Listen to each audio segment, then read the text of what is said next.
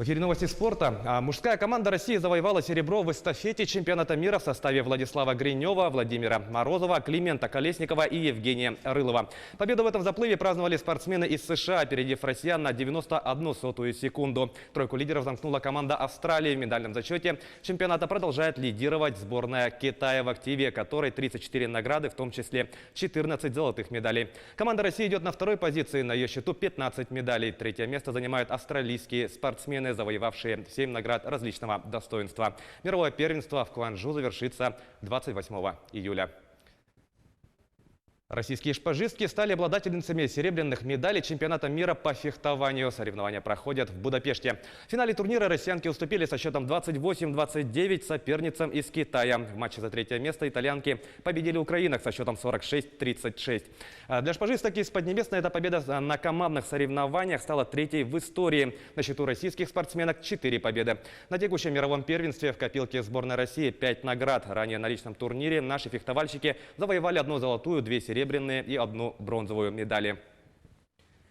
Сборная России по пляжному футболу обыграла команду Венгрии со счетом 5-1 в третьем матче группового этапа отборочного турнира чемпионата мира. Соревнования проходят в Москве. В составе победителей дублем отметился Кирилл Романов. По одному мячу забили Максим Чушков, Борис Никаноров и Дмитрий Шишин. В составе венгерской команды отличился Корнель Генслер. Ранее россияне одержали победы над командами Германии и Эстонии. А в итоге сборная России набрала 9 очков и вышла в следующий отборочный этап с первого места своей группы.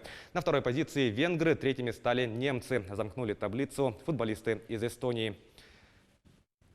Ростов сыграл в ничью с московским «Спартаком» в домашнем матче второго тура чемпионата России по футболу. Встреча прошла на Ростов-арене и завершилась со счетом 2-2.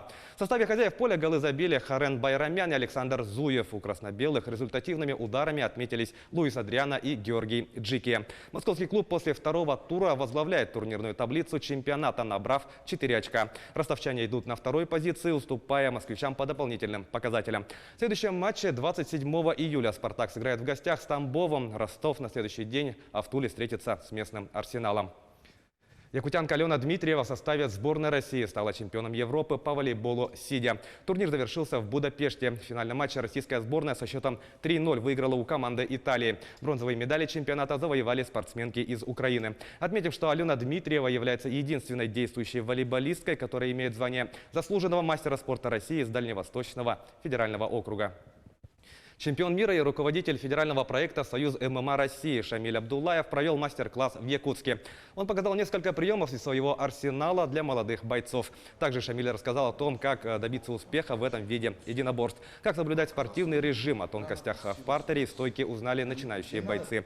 Чемпион отметил, что в Якутске много молодых перспективных бойцов, которым нужна мотивация и усиленные тренировки.